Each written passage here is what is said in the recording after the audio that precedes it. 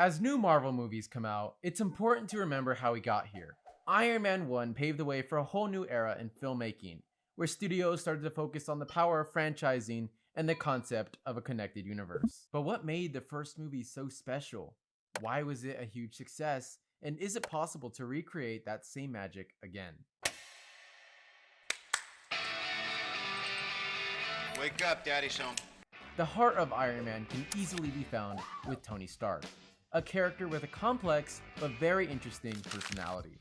His transformation from a self-centered industrialist to a superhero was a genius narrative, making him relatable and intriguing to the audience.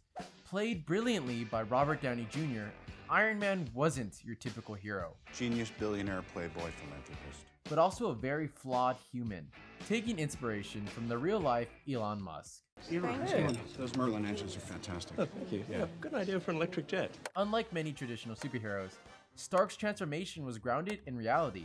His character development was relatable, making him more than just a character in a suit. He had depth, vulnerability, and a journey that could connect with audiences. You see, the genius of Iron Man 1 lies in its storytelling. It became a story of redemption, of a man realizing his potential to make a real difference. And the biggest challenge was finding the right man to play him. At the time, casting Robert Downey Jr. was a huge risk with many controversies surrounding his name. But it was a risk that ultimately paid off immensely and set the tone for future MCU films. He brought charisma, humor, and even vulnerability to Stark, making him an impossible character you could actually care about, and contrasting the surrounding superhero films at the time. Downey set a precedence for character development in the MCU, even creating the now popular term Marvel humor. But we've seen movies with talented lead actors flop completely. It wasn't just Robert Downey Jr. Jon Favreau's direction was instrumental for success. His vision for the film was focusing on character development, with a balance of both action and story. Now, Jon Favreau was already known for his work on Elf, so he wasn't the most obvious choice for directing a superhero film, but his unique vision for Iron Man proved to be exactly what was needed. Favreau wanted the technology and the world to feel tangible, something that the audiences could believe in. This approach extended to the film's visual effects, set design, and even the Iron Man suit itself, enhancing the realism and physicality of the character. So under Favreau's direction, Iron Man stood out from other superhero films of its time because it wasn't just about spectacle. But before Iron Man, superhero movies were largely standalone stories, and Marvel was a declining brand on the verge of collapsing. But in 2008, something changed. Iron Man wasn't just about Tony Stark's transformation into a superhero, it was the beginning of something much bigger.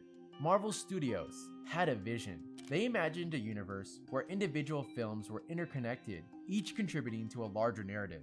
And in Iron Man, we got our first taste of this.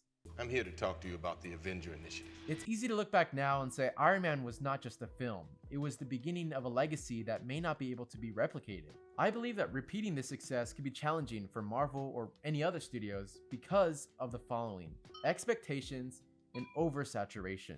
Let's face it, rising expectations have also kind of ruined it for them. However, I'm not blaming audiences for this issue. When Iron Man was released in 2008, it was a fresh, innovative, and new approach to the superhero cinema. It set a high bar, but as we move forward, Marvel faces new challenges. Movies like Captain America, Guardians of the Galaxy, or Infinity War set standards even higher.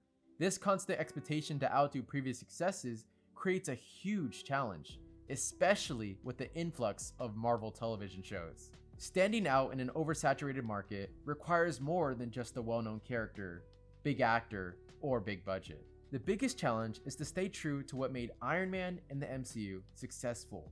What truly made Iron Man work was the talented cast, the creative crew, and the drive to do something more. It was an era with an emphasis on storytelling, not spectacle. The writers behind Iron Man had carefully crafted a film that had a grounded human story and a timeless message, one that would continue to inspire many. I actually feel hopeful for the future in a time of underwhelming Marvel projects. We're only just one Iron Man movie away from the start of something new.